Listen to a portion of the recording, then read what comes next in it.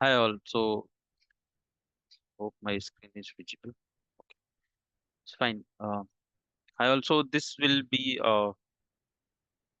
like day 3, right? And so we will be discussing these parts. Before that,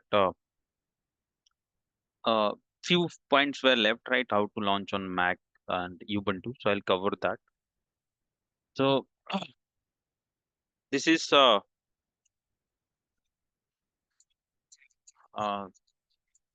this is about Mac, right? So same way on Mac also, right? First, generally the Java will not be there as usual. So you have to install the Java.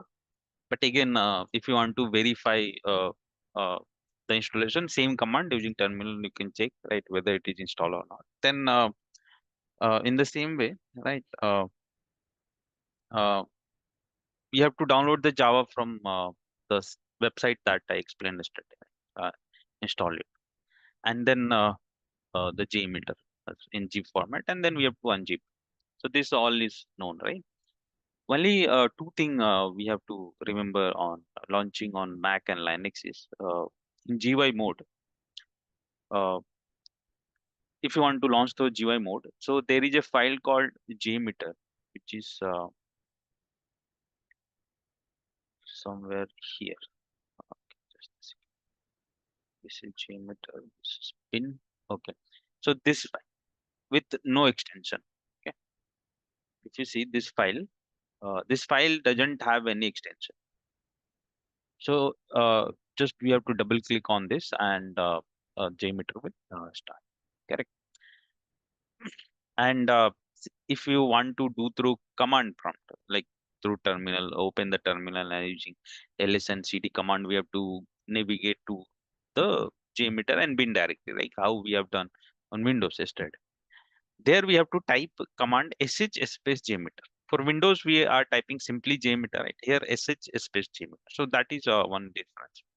Now, one thing we have to just remember is, see, many places in YouTube or some blogs, you will see they say that we have to launch JMeter through this jmeter.sh file, okay, on Mac and Ubuntu. But this is not the correct way. We have to launch it through this. Again, why this is not correct way, I'll be explaining you again in further session. The heap, the memory thing that I talked yesterday also, right? So we have to change the memory. Now, what is that? So when the time will come, we'll understand that, right? But where to change that memory thing? That option is there only in this file for Mac and Linux, and for Windows, it's there in this file, right? And so that is the reason we do not launch JMeter through directly from here or from here also. That option is not there. Okay. So yeah, so correct way is on Windows it will be this, and on Mac and Linux it will be this. Okay. Okay. Then yeah. So by double clicking on that, you can open it, or through terminal through CLMO we can do using ls and cd command. Right. Now, yeah. Now coming to the Linux, Unix, or Ubuntu. Okay. So Linux, Unix, or Ubuntu, there also same thing. Java will not be there, and you can verify using the same command java c dash version, all right? If it is not there, it will throw error message, but generally first time it will not be there. Now we have to install. So for installation again, uh, there are two ways. Either you can download the Java from the website, right, from where we downloaded, or which I have instructed or told yesterday, right, through that. Or on Linux, we have OpenJDK. Now, what is OpenJDK? OpenJDK means, see, for Linux is a open source operating system. Open source means it's free. You can say in normal way terms, in layman's language, it's free, right? So that is the meaning of open source. Now, uh, yes. So coming to that open source, right? So what happens? And it's a very like very popular OS. Okay. So what happens is they have their personal store, app store, like how we have Google Play Store, mobile iStore, like that. So they have their own app store. So there, what happens? Some applications are kept to be downloaded directly uh, without visiting the website. Okay, so they are called open. So open JTK means that will be without need to go uh, to the Java website. You can directly download it from their app store. Okay, so both options are there. So how we will get to know, right? So when you type this command, um, if Java will not be there, Linux operating system will by default it will tell you that Java is not there. You can download whatever the versions available, OpenJDK. In the terminal only, it will give all the options. Okay, 11, 8, 17, whatever it will be there. Now, which one you want, you can download it using this command. Okay, do not download headless mode. Okay, download this. So that way you can download the Java from OpenJDK or from website directly. Both ways are there. Then next is coming to the JMeter, right? So uh, there again two ways which I talked yesterday. Directly from Mozilla Firefox through GUI, you can visit JMeter website and download the JMeter, or from command if you want to do so through wget command, you can do that. Right? Now again, that will be zip file, and that is called tar file in Linux terminology. Okay, so uh, so we have to unzip it, right? So same process there as well. We can unzip that.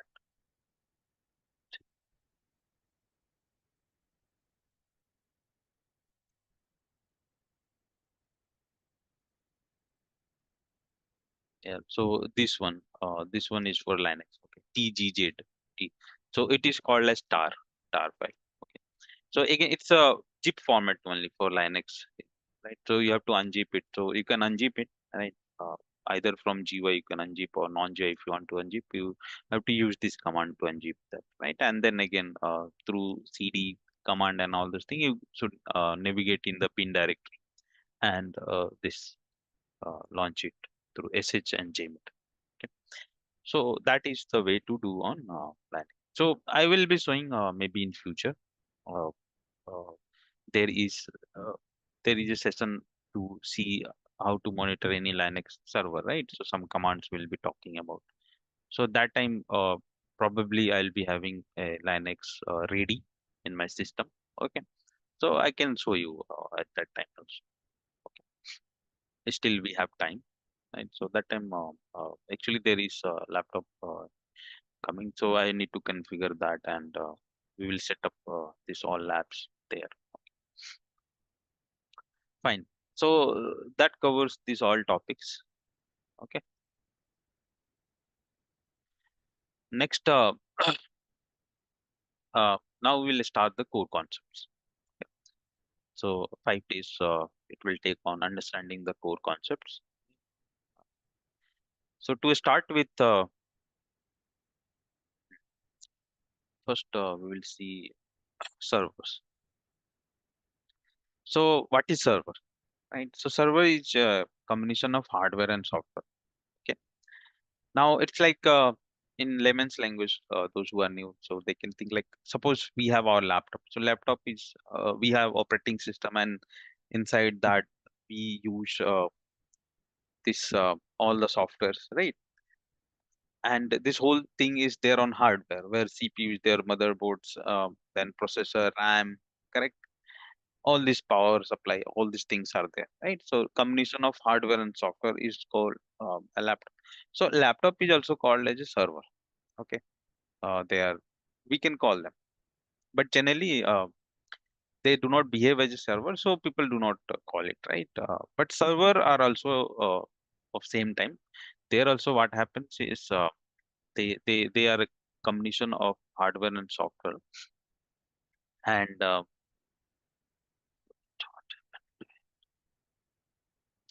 yeah.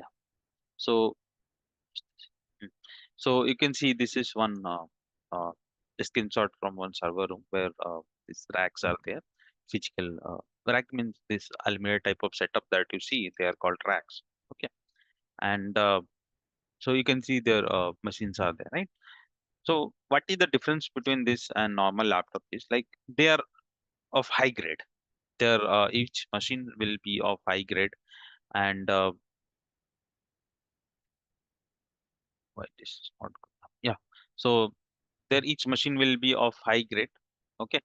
Even the server, you might have heard of server grade CPUs are there, Xeon processor of Intel, like that.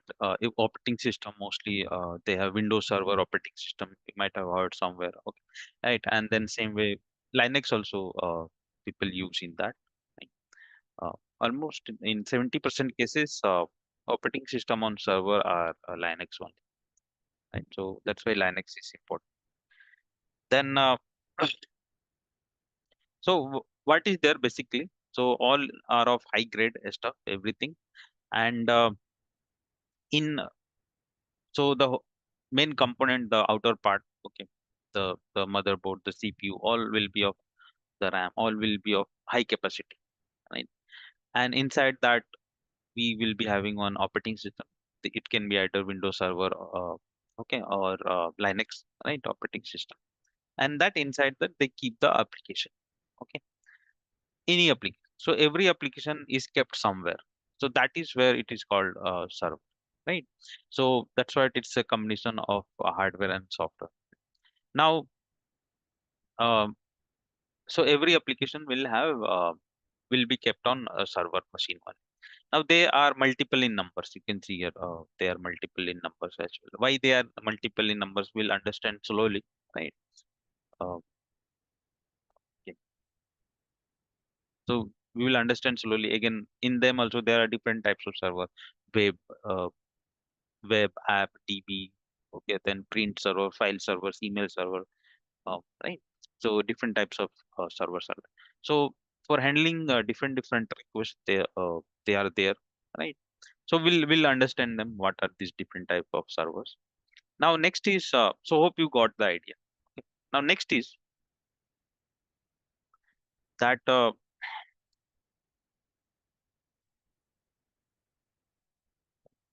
there are two type of server setup. Okay, this room where it is kept, that whole setup, right? So there are two types. One is on-prem or on-premises, and one is cloud. Okay, so now this on-premises setup used to be earlier, right? Like almost 10 years back. This used to be there everywhere. All company used to have this on-prem setup. Okay, now yeah, now what happened? From like almost 10 years, the this stuff has changed. The concept has changed. Now people are have mostly moved from on-prem to cloud. Just a sec. Yeah. Now what is cloud? Okay, so actually cloud is nothing. They are also kind of on-prem only, but difference is I'll show you one diagram here. See, this is one data center.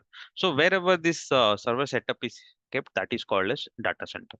Okay, and data center were of two type, on-prem and cloud. So if you see this diagram, this is one of the AWS data center somewhere in USA.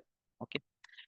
Now what used to happen earlier, I just said every organization, most of the organization means any application. Suppose you take Flipkart, Amazon, right? Any application. So we can call them as an organization, right? So they used to have almost 10, 15 years back. They used to have all this setup, right? So everyone used to have their own, right? On. So it was called, or it is still called as on-prem, means on premises. You are maintaining your own, right?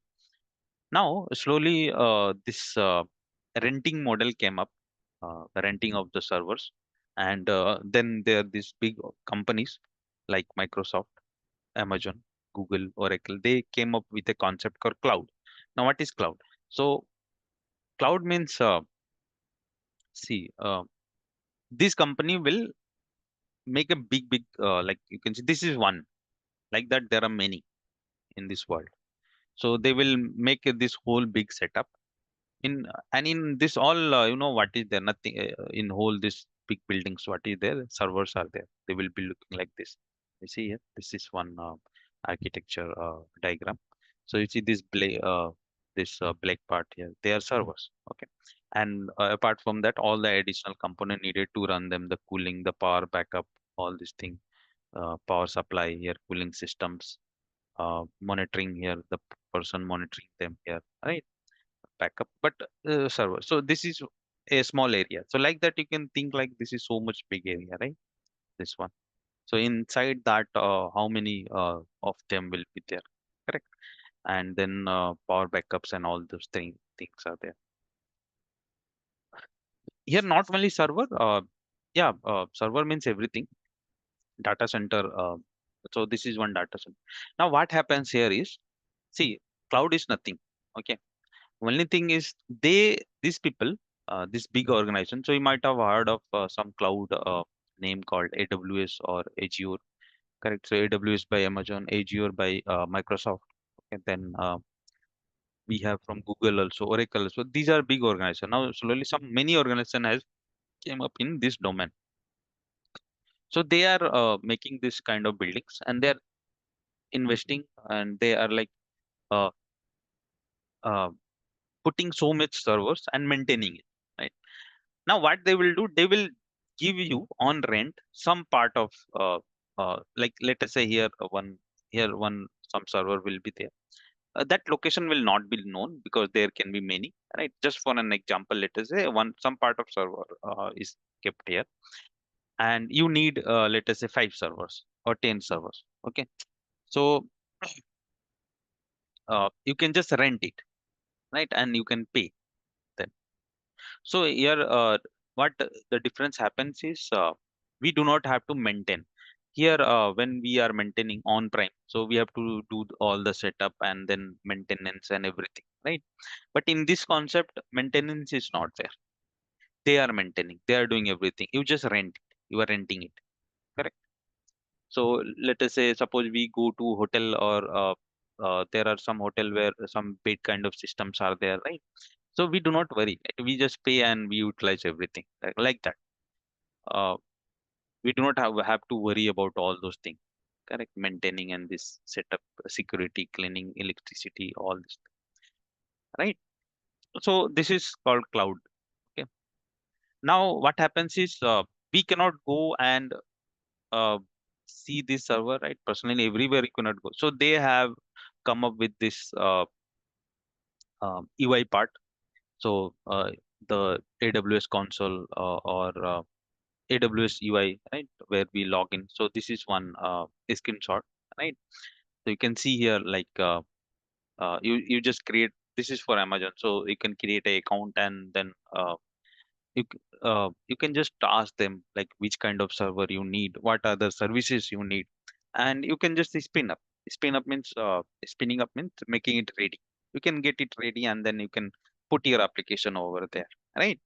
So this is how easy it becomes. And from your laptop only, you can monitor. Or suppose you do not know, like big organization, they have all teams for this all stuff, right? So they have a separate this SRE teams, which are responsible for monitoring of this. This is called infrastructure.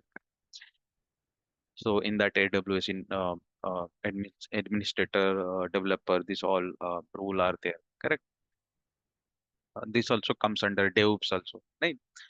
So we'll not go that much detail. So just for understanding. So this is the UI, and just from a web application, just through the internet, from sitting anywhere in the world, we can just pay them the rent, and we can take that much server from them, and we can keep our application and make it ready, and it will be running, right? So this is the concept of cloud, on-prem and cloud. Okay. So now every organization, every product have moved almost to the cloud, because this maintenance and other thing, that headache is not there, right? because if you see this whole thing, this maintaining of server need not only need building and setup. Okay, this needs many other things. If we go in a little bit details, so first of all, they need the cooling system. They run 24/7 and they are big machines, so they produce so much heat. Okay, so cooling system is there, right? Then power backup, 24/7 power back. Then security also, security thread to the buildings, so it must be at secure locations, right? So this much headache we have to do. We have to take care, right? And they are doing it, right? So these big companies are doing. So that is about server, then on-prem cloud. Next, okay, uh, one wait. So I can this show you here like one example. Suppose AWS. You can see here this pricing, right? Yeah, on-demand instance pricing.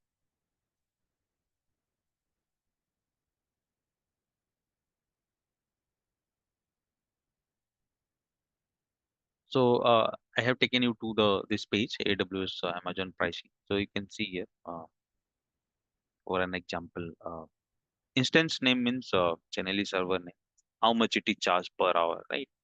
And it tells how much GB of RAM, right? CPU core, this is core, right? All this thing you need. You can just spin up, and they have a name also. See, T4, G Nano, Micro, Small, Large, and depending on that, their capacity, their renting, right? All this thing. Every all this service we can. There are lot many. This is just for an example I'm saying. So that is the concept. Okay, that is the concept. Now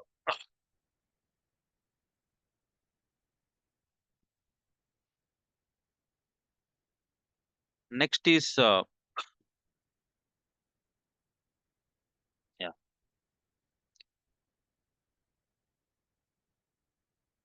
So some server types are there, web application DB. So we will understand them. These three are important. Web application and DB. These three are important. Then there are some other like proxy, mail servers, print servers. They are there. So we'll understand them in maybe after 3 days. Yeah. Before that, there are some other concept to understand. So coming back to this concept called protocol. Okay. So protocol is a set of rule and guideline for communicating data between two devices. So basically, if you see this, yeah,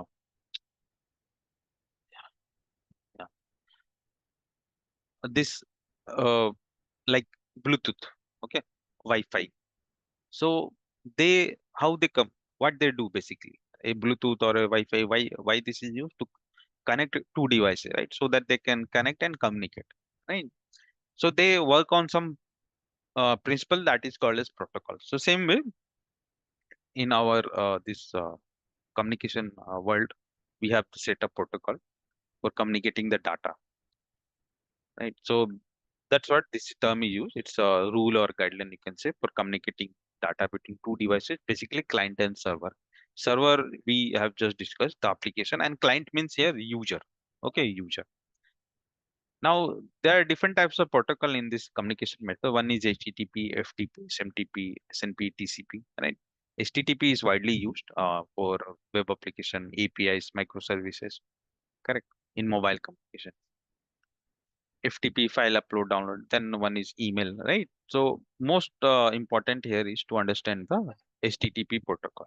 Okay, so we will understand that, but before that, let's first start from PTLC life cycle, and then we'll go and try to understand this HTTP protocol, right?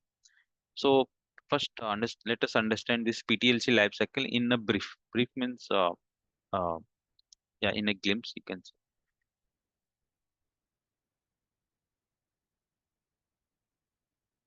Because uh, because if many people are beginners, it will be difficult to understand like what is NFR gathering.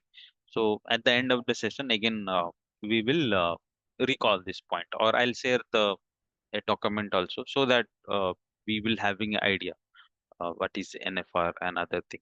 Okay, but let us have a brief on this. So PTLC life cycle.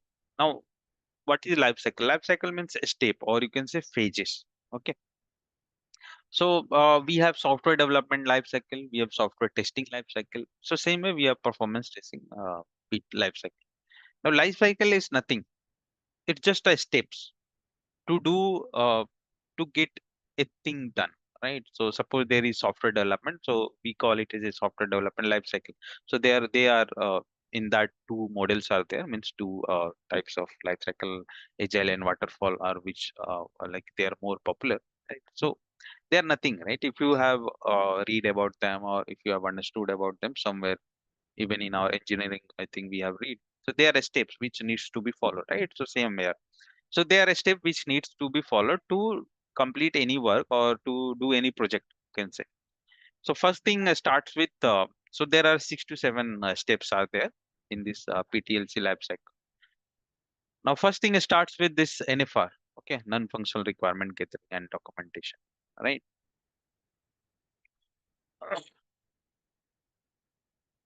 Okay. So uh, this, see what happens, what is meaning of non-functional, we have to understand. Okay, so performance, we whenever we talk about testing, right? So there are two types of testing, functional and non-functional, right? Now functional is what the we have discussed in beginning only, the difference between two, right? So functional is uh, uh, like testing each component of any application, right? And that is done using two-way manual or automation, and performance testing is part of non-functional. Okay, so that's why here it is used, that non-functional requirement gathering. Now in functional testing also, when we have to do anything, so for first of all we prepare a document uh, that is called as BRD document, business requirement document, or a test case document also, right, in functional testing. Same way, we that same document we have to prepare here also. But since it's related to performance testing, so the word is used as NF, non-functional requirement gathering and document. Now, what is gathering and document, right? So see, suppose you are working on any project to do the testing, right? Project means application, any application, let us say. So as a team, we will be working on any of the application. So what happened? Uh, First of all, we have to now let us say we are working as a testing team, right? So again, in two types will be there: the functional team, which will do the automation and manual testing, and one will be performance testing team, right? So automation and functional, the team will doing they will be doing the things according to their way. We have to do it as a performance tester. The team has to do the things using their way, right? Now, how this came? Okay.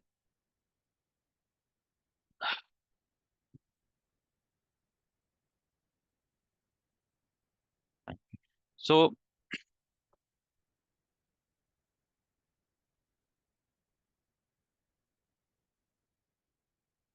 actually my mouse is not working, so I'm not able to throw uh, this some lines. Okay, fine. Today more will be understanding the concept, right? So yeah, we'll slowly enter into practical part also. Do not worry. All is not theoretical. Okay. Now, yeah. So as a performance team, we have to do the things in our own way, like how the performance stuff gets done, right?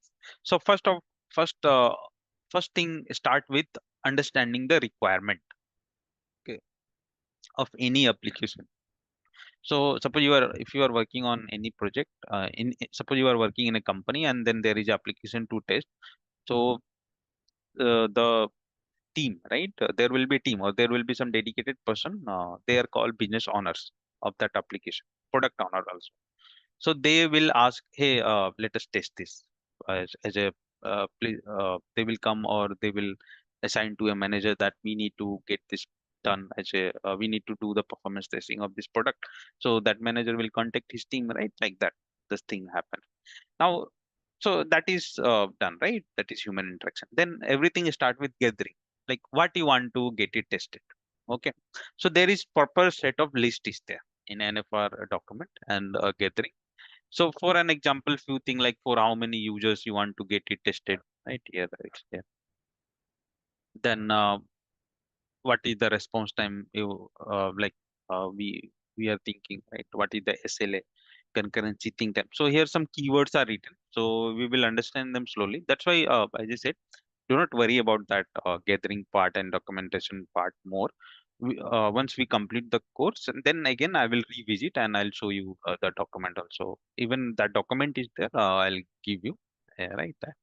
Uh, uh, so, but now if we go and understand this concurrency word or output, so we'll not be able to understand maybe, right? Few people here will be understanding, but many will not be understanding. So that's why. And this NFR gathering and documentation, generally this is done by a senior level people.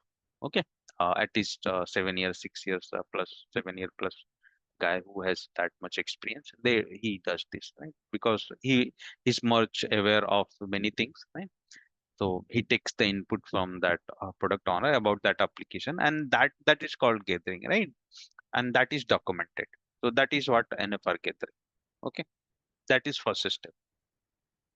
So few things, just I said, for how many number of user you want to test the application behavior, the application architecture, the scenarios will be there. Okay, what is the meaning of scenario? We'll understand in the next layer slowly, right? What are the scenario to do them, feasible scenario, non-feasible scenario, and many things are there in a scope. That is also called as in a scope of a scope thing. Okay, so many things are there. Will not go that much depth for now. We'll focus uh, uh, more on like for beginners, right? Slowly from beginner we'll start. So this part, as I said, it is for experienced people, right? So that's why we'll understand that in later part. Now, so once that is done, that gathering and documentation is done, then the things start as test planning. Planning, that is also again kind of manager level decision, right? It happens. So in that budget setup, if it is a service based company, they do the budget setup. Okay, then resource allocation. You can see downside. Uh, like who will be working? Suppose there are uh, member of 5 people are there or 6 people are there. All six has to work, or two members from them has to work in that part, right? Protocol identification. Protocol we just talked about it, like that application follow which protocol, HTTP, FTP, all those things. Based on the protocol, we'll pick the tool, maybe JMeter or some other performance testing tool. But yeah, JMeter. So that depends. But as you said, JMeter is preferred by everyone, right? Because of its open source nature. So that tool pick up, and then some other setup also, infrastructure setup, environment setup. Okay, so these all thing is done in test planning stage. In test planning case, few other thing are also decided, like in uh, uh, how many days, that is called time, right? How many days, which part will be completed, um, that is called as estimation. Okay, estimation, the work estimation or project estimation, we can say, right? In how many days, which part will be completed, like that. So that all we have to take. So again, that is also kind of senior level stuff. Okay, it's a kind of manager or little below that candidate who interacts with that product owner. Product owner is who? Again, I said, right? The owner who is uh, responsible for maintaining of the product or product. Let us say any a food booking website, right? Or a e-commerce website. Anything we can take as a product for an example. Okay, so that is called product owner also, or yeah, business owner, like that.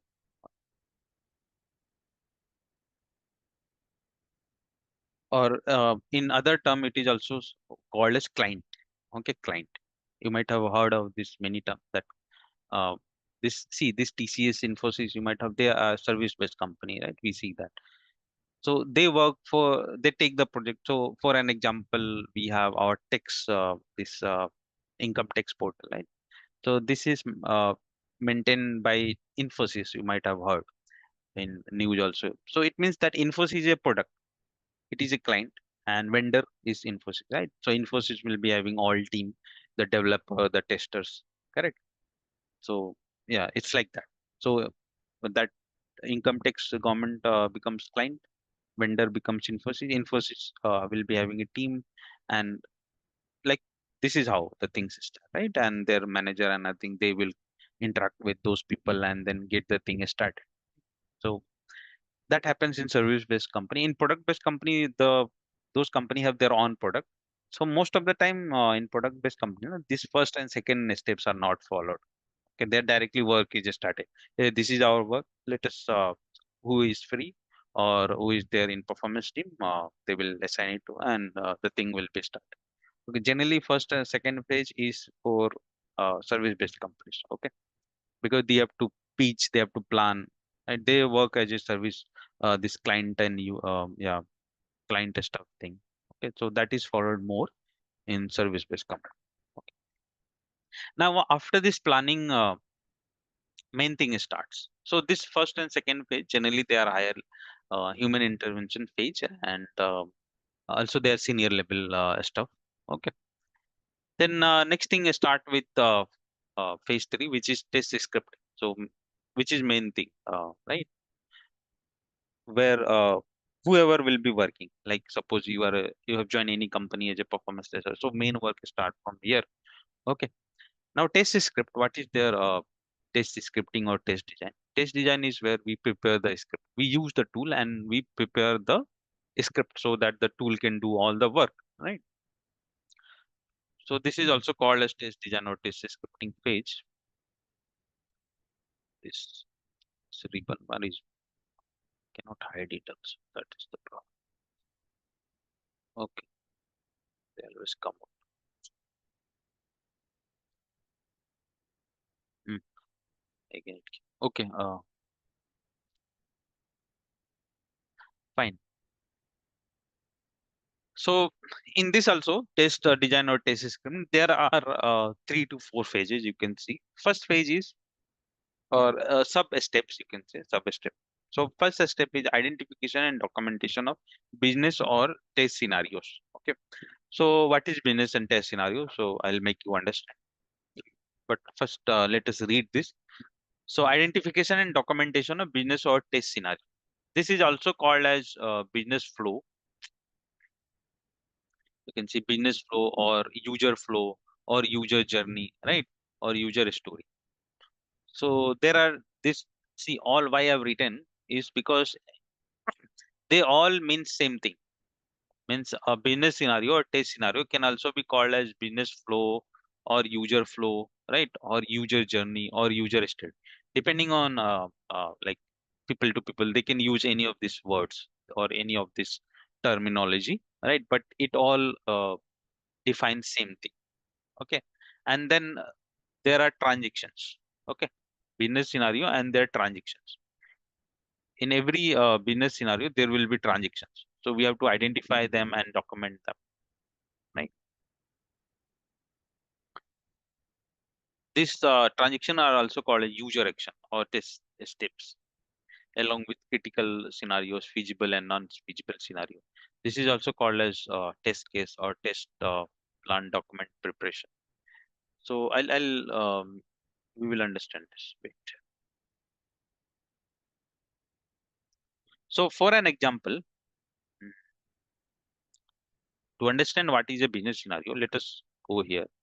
This is like 1, 2, 3, 6, 7. I have here given here 7 business scenarios are there. This is for e-commerce website. We can take this example of Flipkart or Amazon, right? So very common scenario on Flipkart. If you anyone, even normal people can understand this. Is buying a product, right? Why Flipkart is the we buy the product, correct? So buying a product, right? Uh, so that is one scenario. right? Like that, so many scenario can be there. Now, understand. See, on any application, suppose if you go to a Flipkart website, generally it's not written like, okay, this is this scenario or this is this scenario. It's not like that. Okay, we have to just think like that. Okay, as a normal user, he doesn't have to do anything here. Like, suppose a normal user is there, he's going visiting this, right? So he doesn't get all those things, right? Scenario or stuff. No, this is not for them, right? Not for you, normal user. That we define from our side. As a tester, we define that. Like, what are different scenario means what are different kind of transactions, different kind of transactions, or the user activity that user does on this application, right? So first important activity what the user does, yeah, like booking of the product, right? Generally, obviously, obviously why we anyone come here, right? To book some product, right? The book of the product, booking product. Same way banking application, what is the most important scenario there? Transfer of the money, or yeah, money, any, right? We receiving money, transferring the money, that is important thing, right? So one important scenario. So like that, there can be so many other scenarios. So one is product booking, correct? Then some user will be canceling the product also, right? Some user will be registering complaints, right? Some user will be writing reviews. Suppose you have purchased that product and you are writing review, right? Some user can be asking for refunds. Okay. So you see, these all are different type of user activity that is done on the that application. That is from buyer perspective, buying, a user who buys that. But on the same Flipkart, there are sellers also, correct, who sells the product, their product. So for them also there are some scenario, like first, suppose you want to be a seller, so you have to register yourself. So seller registration scenario. After you get registered, you will be adding a product, whatever you are selling, you will be adding it. Maybe you will be deleting your product, right? Then product approval. So that is for admin people. Flipkart, their own personal team will be there. So who will be registering the seller? Seller will be adding any product, so they will be approving it, right? All this setup. So that is also so on a e-commerce site. Generally, two kind of people are there. Three kind of people are there. One is buyer who is just buying, but one is seller also, right? Who is selling, and then one is admin, Flipkart admin, right? So you see so many stuff, right? So this is called business scenario. Correct. Hope you got it. So there can be so many business scenario on any application. This is just an example. So for any application on which you will be working, there will be different scenario, and that is what we have to uh, know about that. Okay. So uh, so see, whenever we work as a team, right? A work will be assigned to you. Anyone will not. Suppose I'm giving you a website, right? What is done on that website, no one will know, right? Until someone tells that. So no need to worry about that, from where we'll get the scenario. Whoever will be giving you the work, they will give the scenario also. They will give a walkthrough, they will give a demo of the scenario. So as I said, like product owner, or yeah, the business analyst of that product, he will set up a meeting with the team and they will give a walkthrough. Okay, this is what the user does on our website. So you will get the idea of any website, right? So we will get that. Now, next is every scenario has steps to complete that scenario. Okay, that step is called as uh, user action, right? User action, right? So suppose to book a product on Flipkart, what we do? First, we launch this website. So that is one user action, correct, or one user activity. Then one that is so technically that is called as transaction. Okay, technically what it will be called, transaction. Then we have this suppose you want to buy a laptop, so search button is there and you search a laptop. So that is second transaction, or second user action. User search a laptop, right? So second transaction, right? When he did this, we got so many laptops. Now, anyone, suppose you have decided to buy, you pick anyone and then you think, okay, I'll go ahead with that. So you will be clicking that, right? So that is third user action, right? That is what third user action. So let us say we click on that. So this is third user action, right? Now, uh, and third user action, as you said, technically it is called a transaction. So this is third transaction. Okay. Now suppose again we visited this page and the user is happy and he want to go ahead and purchase this product. Okay. So so he can click on add to cart, right? Add to cart he can do, let us say, and so that is okay. Suppose product is not in stock for an example. So we will take some other product. Okay.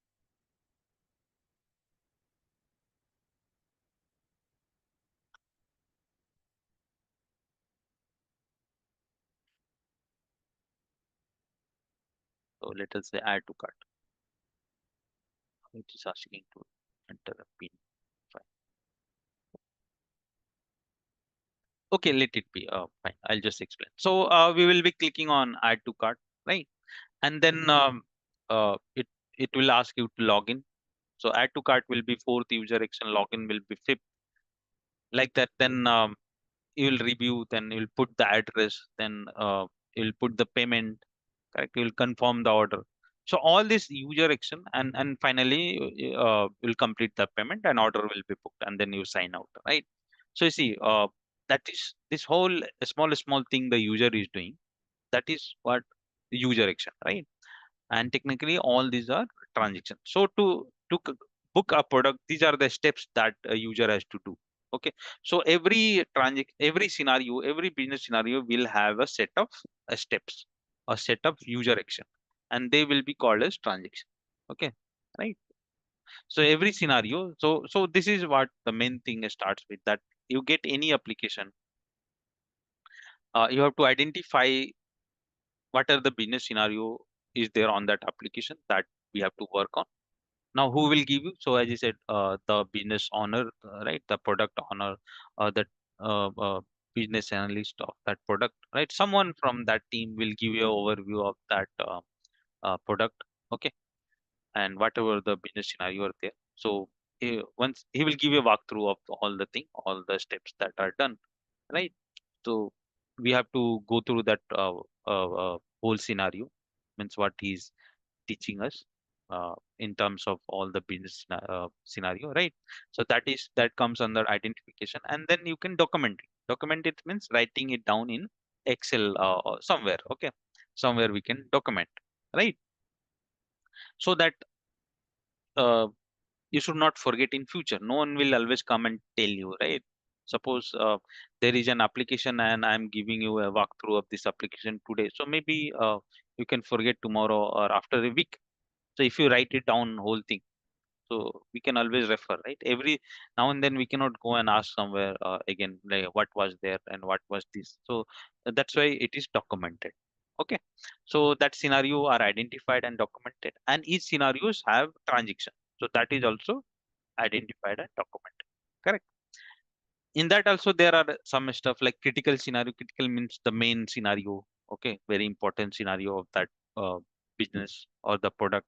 Then feasible and non-feasible. Feasible means which scenario we can do, non-feasible which we cannot do.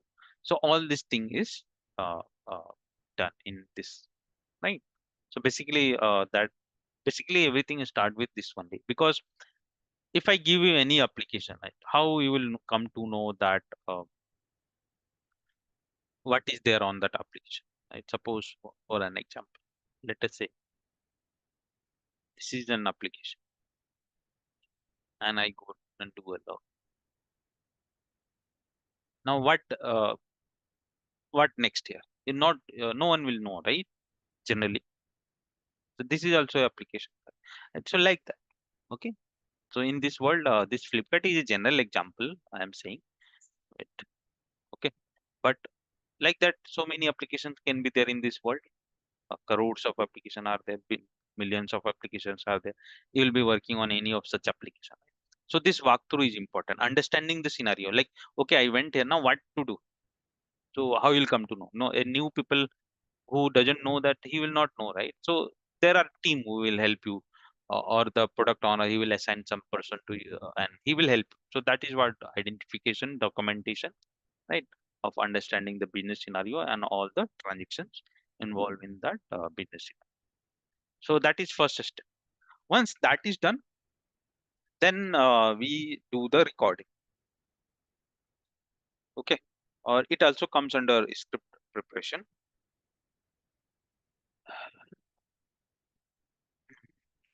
Wait.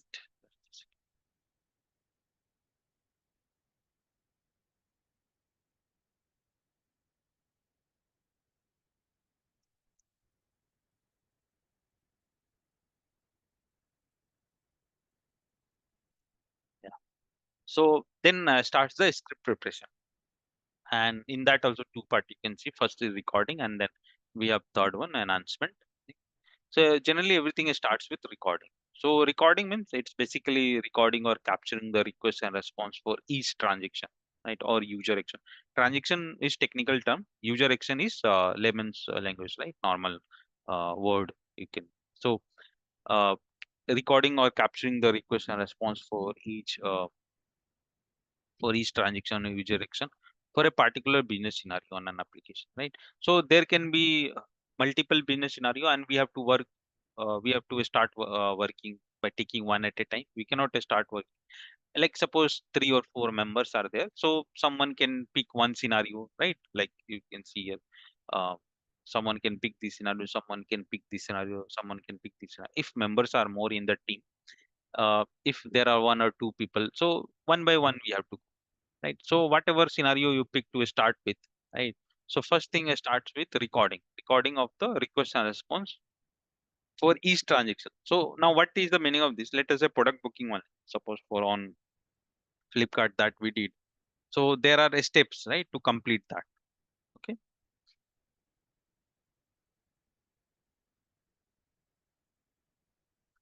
So there are steps, right? So first we launch the home page. So that is one transaction. Then we search the laptop. Then we get the laptop. Right?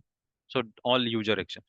So whenever we do a transaction to complete this whole product booking scenario, right? So at that time, what happens?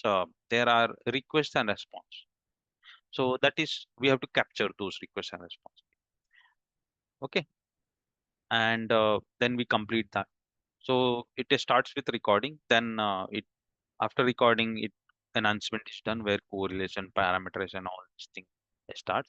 Then finalizing that script. Right. Once this script is finalized, then our script is prepared. Now, what is scripting? We have to understand. See, script means what?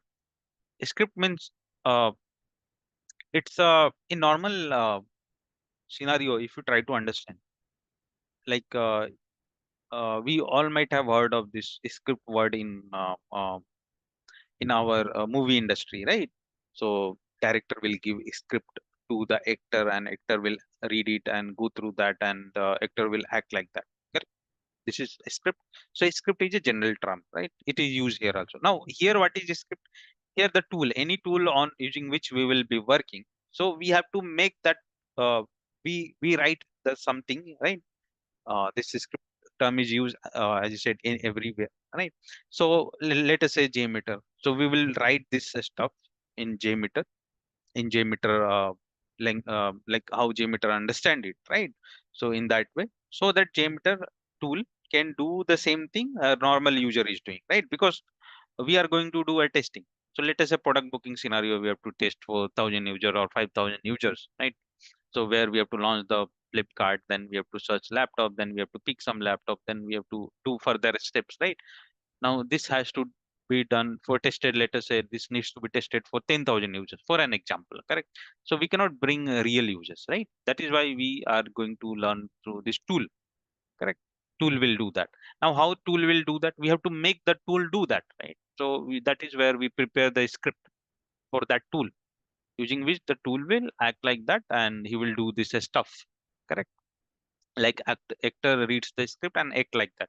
So tool will read his script and he will also act like that. So that is what is script preparation, right? So this is a long step. Every scenario you have to prepare the scripting, which starts from recording, enhancement, and stabilization. Once this is done, then we do the load test execution or workload modeling, you can say.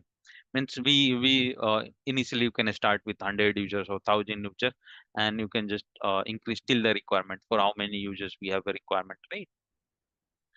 So that is what. Okay. Suppose initially you ran for 100 users, then 500, then 1000, then 2000. You are increasing like that. Okay. So this whole thing goes like this. Now next is user load distribution, load test execution, right? Now once we have, let us say, on every run, on every user run, once we do a run, we get a result. Okay. So we have to analyze that result. For an example, let us say that,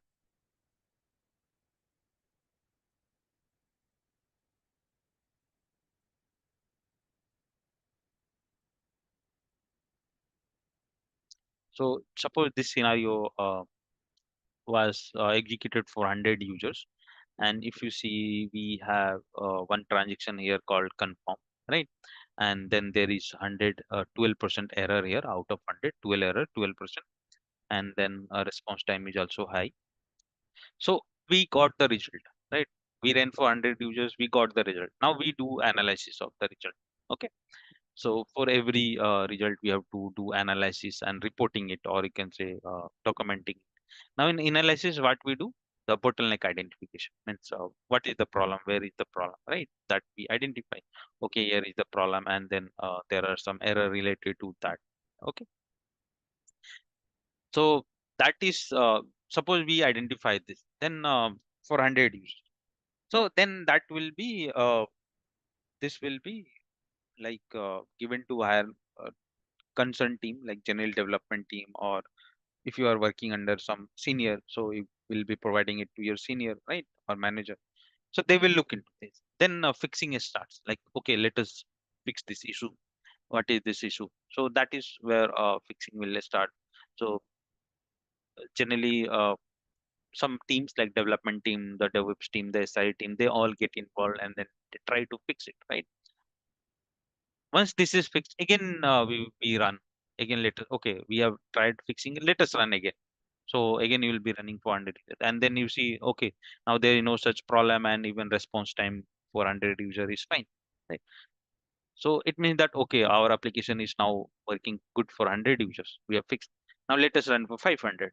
So again, you run for 500, then you can see some problem. So again, that will fix. So it goes in a step, right? So like that, starting from a less number, like let us say 100 or 1000, till how much the requirement is. Right? The requirement can be up to 5000, can be up to 10,000, can be up to 20,000 also, right? So this process goes on, right? This process of running and then analysis, reporting, and then rerunning goes on. Okay, this activity goes on. Now in this only, this phase only, we have this benchmarking and recommendation. So this thing generally with the experience, like when you become, when you work on multiple project, and when you have exposure to many tools and technologies, right, used in any application, right? So with increasing experience, like 7 year, 8 years, when you have all the knowledge, you can also do the recommendation. Right, now what is the meaning of recommendation here is, recommendation means, let us say here the problem is there. Okay, now where is that problem and why this problem is coming? Okay, so identifying and recommending it.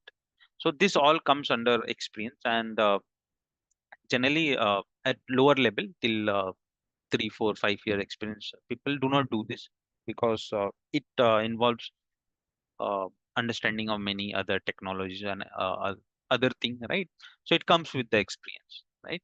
Okay, so if you are at that level, okay, so that this you can also do, like identifying them and recommending, okay, where is the problem, and then helping the team, the concerned team, in fixing that. Okay, so that is a middle part which comes with the experience, but this is how the things goes on. Okay, so 500, 1000, 5000, like that, any project we run till depending on the requirement, till how much you have to run, what is your what till how much users, the client means the business owner, want its application to be ready. Okay, till 10,000 users or 20,000 users, right? So one that is it, like that is what we complete one project, right? Like that. Okay, it goes. So that is what PTLC life cycle. So we'll understand each one. So first we will understand with this. So we got this scenario, right? Then we understood transaction also. Now we'll try to understand the HTTP protocol, because this whole thing request and response one works on HTTP protocol only. And HTTP protocol, as you said, is a communication protocol uh, in web application, mobile web services. So it has 5P schema, request response header. So if you see this, uh, suppose this is one example, right?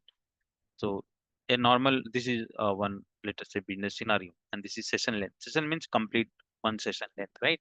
So home page launch, he's searching a product, then item view, one item is select, add it to cart, checkout, and so many steps. So when we user does this, right? He does this user activity or user session. So request goes to the application. This is application, right? Or the server, correct? Application is their operating system. This is hardware part. So request and then other resources are there. So this is load. This is what load. One user does anything, load is going and server is responding, right? 5,000 user doing that, so 5,000 load is going, right? So load, correct? So that is what performance testing is also called as load testing, correct? Right? One of the name of performance testing. So we will try to understand first about HTTP protocol. Okay, it has 5P schema, request response, and so many things. Uh, because you see here, recording is written, right? Now what is recording? Recording is basically capturing the request and response for each transaction. Like whenever a user is doing a user action, so a request is generated, it's a request response, right? So we have to understand this. That is where the technical thing, because suppose we got a laptop, right? Suppose now you are clicking one of the laptop. So a normal user, as a normal user, you do not like a normal user doesn't have to worry much on this, right? He will think, okay, I just click on laptop. But as a tester, we have to understand many things. Here URL is generated. This URL is called request. When we click that, right? So when we user action, we do always a request will be generated. So all this thing we have to understand. So that we will be understanding tomorrow. So like that, this slowly will move. Okay. So next session will be understanding this HTTP protocol in detail. All is five schema, right? Then we will understand the uh, application architectures and yeah, some part. And again, then we enter into JMeter to do the things, right? So this will be part of core concepts. Fine. So that is for today. Uh, chat there is okay. Fine.